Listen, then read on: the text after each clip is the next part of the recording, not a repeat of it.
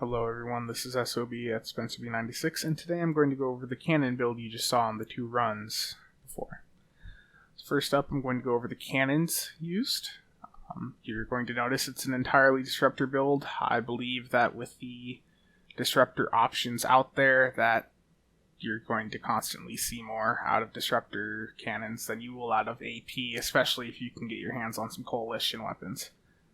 But first up, the Terran Task Force Disruptor Cannon is, in my opinion, the most powerful single weapon in the game. I get consistently more out of this than I would, say, my Terran Task Force Beamer. It's just absurdly powerful.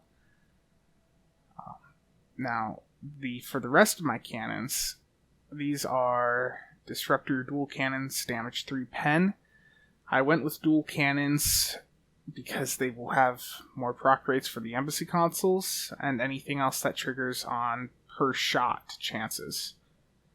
There's also the issue that dual heavy cannons lose the innate plus 10 crit D that they get whenever scatter volley is up, and on a build where I'm using the scatter volley trait to extend that duration to 93% uptime, that's a bit of a hit there.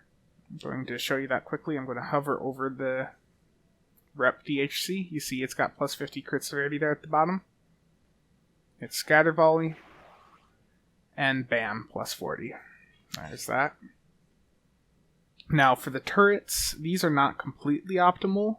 Ideally, I would want some coalition turrets for the proc rates, but they're a bit out of my price range right now. So for now, I've went with 2 damage 3 pen disruptor turrets, and then for the third, I have the heavy biomolecular disruptor turret. If I were building this build again, I would skip over the heavy biomolecular disruptor turret because it's nice, but it's only getting about 500 DPS more than a crafted turret, and it's like a lot more to upgrade. Now for the deflector impulse core shield set, I'm of course running the entire Iconian set. It's just too good to pass up, and with the Romulan engines getting a bit of a hit with 11.5, there's no point to run those engines anymore. 6% crit severity is just not enough to make me toss out the Iconian 4-piece set. Devices, these are pretty common. The Temporal Negotiator from the Delta event, the Subspace Field mod, Reactive Armor Catalyst, and a crafted Energy Amplifier. It's pretty common. Now I want to move on to my engineering consoles. Here I have the Timeline Stabilizer from the anniversary ship from this year. This console is very good, and on a fast run, using this can allow you to drop an item such as AHOD because it has a Captain Ability recharge option on it. So if you get 5 targets within 3 kilometers of you when you activate that console, over the next 10 seconds, your Alpha or Go Down Fighting will have its cooldown reduced by 40%, which can help quite a bit in a really fast run. It also has some other options that I'll let you read there. My next engineering console is, of course, the Plasmonic Leech, which in this case, on my build, gives 2.8 power to each subsystem per tick, so I'll multiply that by 8 to get that full buff. The final engineering console is the Flagship Tactical Computer. This is a very nice console. It's a team-wide buff, and that's a 33% firing cycle haste for energy weapons for 15 seconds. Pretty good. For my science consoles, I have 5 nullifiers on. These are a mix of Particle Gen and Drain X. Drain X for the Leech and the EPG for the Gravwell and Subspace Vortex I have on. Nullifiers, I could use amplifiers and Feedback Pulse, but Feedback Pulse being currently broken, I just wanted to see what I could do without that on this build. Now for tactical consoles, I have replaced one of the TAC consoles with the Adaptive Emergency Systems console, which is off the Engineering Scimitar. And this provides a nice GDF type effect, but I have the 3-piece on. Let me pull up that 3-piece. even with the minus threat consoles, you do get hit enough that you can get 3 stacks of this quite often. So that can be plus 30% all damage, and that's a Cat 1. So it's not much for your weapons. It helps in my case, being I don't have a lot of attack consoles on. But that's basically a real plus 30% for your embassy consoles, which is very, very good. Then the other 2 consoles, just normal disruptor locators. And of course for the pet, the elite Romulan drone ship. And now I'm going to move to my bridge officers down here. Just a very common scimitar setup. Normally you'd see these with BFAW or something like that. So Chemosight 1 and 2, Cannon Scatter Volley 2. Then my other TAC has TAC Team 1 and 2, Scatter Volley 2, and a single Beta 3. I find I get the best results most of the time out of a single Beta 3 with ZMOX. So that's my personal preference. Some people want to go with a Beta Omega combo or a Beta Delta or something like that. Just do what works for you. Now for my engineering abilities, I have 2 emergency powered weapons. 1, keep emergency weapon cycle up and give me some weapon power, the usual. And I have a directed energy modulation, which gives me a little bit of a damage buff, and it helps with some weapon power drain. And then for my science abilities, I have Hazard Emitters 1, my only whole heal actively on. Then I have Subspace Vortex 2 I mentioned before, and a Gravwell 1. The Gravwell 1 helps quite a bit with the cannons. I find that I often use Gravwell 1 on the Transformers to help pull those spheres down, just so Scatter Volley can hit them. In a normal pug run, I might not do it on the Transformer, but in the runs you saw before, the run's going fast enough that I know that the sides are going to be taken down quickly, so I don't have to worry about that. Now, I'm going to go to the rest of the DOFs here, actually. Normally on a cannon build, it's best to do 3 ZMOX, but I wasn't really thinking about my DOFs when I set this build up, so I've still just kept my 2 ZMOX on like a FAW build would have. I've had luck with it, so I've just kept it as is. Dilreen, of course, for the damage buff. Energy Weapons Officer for the crit severity buff on firing energy weapons. That's up quite often, all 3 stacks. Then I have Agent Nerol for the beta heal, and that is a very good DOF to have on with cannons and beta up almost all the time, because it provides a very, very nice heal. And then, of course, Marion with the DM. I'm going to go to my skill tree next. You are going to notice that on my tray I do have the Science Ultimate. I personally prefer the Science Ultimate over, well, everything else, every other option right now. Here's the skill tree. I do not have offensive coordination on here right now, but I have considered dropping some of the points from power to those 2 slots to get the damage buff for my pets and my team. I had originally put power over here just to test with potentially dropping supremacy, but being I've left supremacy on, I'm going to eventually respec and take those points out. Now, I will go over what the Science Ultimate does here. I only chose 2 of the Science Ultimate abilities. I'm not doing that much tanking, so I typically don't need the whole heal buff portion, but the damage resistance debuff and the extension are a must for this. Now I'm going to hover back over that. You're going to see it's got the 5% all damage debuff for 20 seconds to foes that I get crits on, up to 5 stacks. It's actually minus 10%. They changed that on Triple, but never updated the tooltip on Holodeck or Triple. So it's actually minus 50 debuff on anything you're getting crits on. And with a 50% fixed crit rate for those 30 seconds, it's pretty crazy. I would highly recommend it for anyone that is going for DPS, especially with the Tac Ultimate just causing massive lag spikes for yourself and your entire team. That's just not good. Now, I'll quickly jump to the specializations.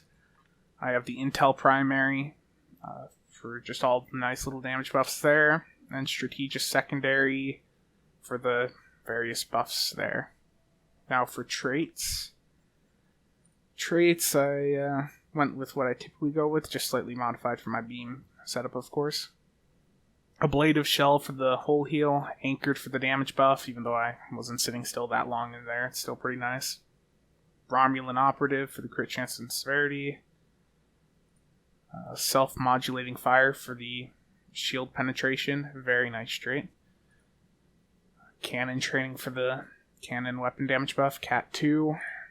Particle Manipulator to slightly buff up my Gravwell and Subspace Vortex. Point Blank Shot for its damage buff.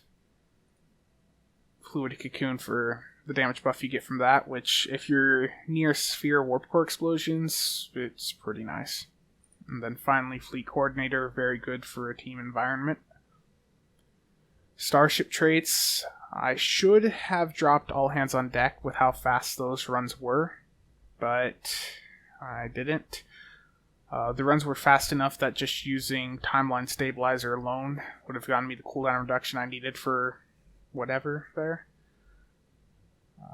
In a longer run, though, All Hands on Deck is definitely great. Then, of course, Emergency Weapon Cycle, as I'd mentioned before, for the Firing Cycling Haste and the Weapon Power Cost. That's just too good to not use. Supremacy for the extra power. Some people drop this. I prefer to keep it on. I just like the extra power. Invincible, of course, to help me get the very nice GDFs, as we saw in the videos. And then the final trait is Withering Barrage to extend the duration of Scatter Volley to 14 seconds. So there's only a 1 second downtime between each Scatter Volley on this setup. Now I'm going to the Space Reputation traits. Here we have Precision, Advanced Targeting Systems, Enhanced Armor Pen, Aux Power Offense, and Energy Refrequencer. Now, the Energy Refrequencer I really like also, just for its damage buff, or not damage buff, its healing on each shot. It's very, very good. Now, next up, I'm going to look at the parse for the 252k run. It was not uploaded because, sadly, my copy of it, I didn't stop the combat log in time. There was one sphere left on the left side that died about 2 seconds after the attack cube blew, as you saw in the video. So that screwed over that record for me. But you can see the graph here. Damage chart. You can see there's some really crazy spikes with that. And I will include a link to the combat log in the description for those that want to view it. Now here's my damage sources. It's a pretty crazy chart. One of the things you have to keep in mind is the reason the numbers are so high here is because this was a really, really time compressed run. This was a 70-second run, which allowed me for me to get a massive burst of damage in and to keep it right there. In longer runs, you're not going to get 250k. I would say that in a 2-minute run, I've seen 175 up to 200k being in the realm of possibility there. So it just really varies on your team. Now, the 4 disruptor dual cannons that I had on gave me a total of 75k DPS. But really, really notice now where those dual cannons came into just a massive bonus for me. The plasma explosions did 67.5k. Now, if you see in those videos, there wasn't any recluses. The only special thing in there was the person on my side had coalition disruptors on, so I did get a bit of a debuff from that. But still, plasma explosions that high, those were not affected by the coalition disruptors my teammates were using, so you really see the impact of the dual cannons over dual heavy cannons there. Now let's look at this Terran Task Force BHC. By itself, it did 28k under scatter volley. That is just absurd. That is 1.5 of those dual cannons, basically. Now, the turrets I want to look at here. You'll notice that the two disruptor turrets that damage 3 pens, each individually did actually outperform the heavy turret in this run, so that's not what I typically see, but that's an interesting thing. I'll definitely be looking into replacing all 3 of those turrets with coalitions at some point in the future. Chemosite procced a little bit more here. Dem did a nice chunk of DPS. Subspace Vortex did okay. And as you can see with that trait on, the dual disruptor cannons only had 14 shots out total without scatter volley, so that's a very, very good trait to have, and that's off of the T6 Defiant, Tavaro, and the Bird of Prey. Refracting Tetrion Cascade only had 4 hits. I don't think I hit that in the best spot on this run, so only 2.1k. The counter-offensive is from the Strategic Specialization. That didn't do that much there. And now for my pets. We see that the 2 drone ships each did about 4k, and the fleet support did 6k. So it's not the best I've seen out of those, but it's still pretty decent.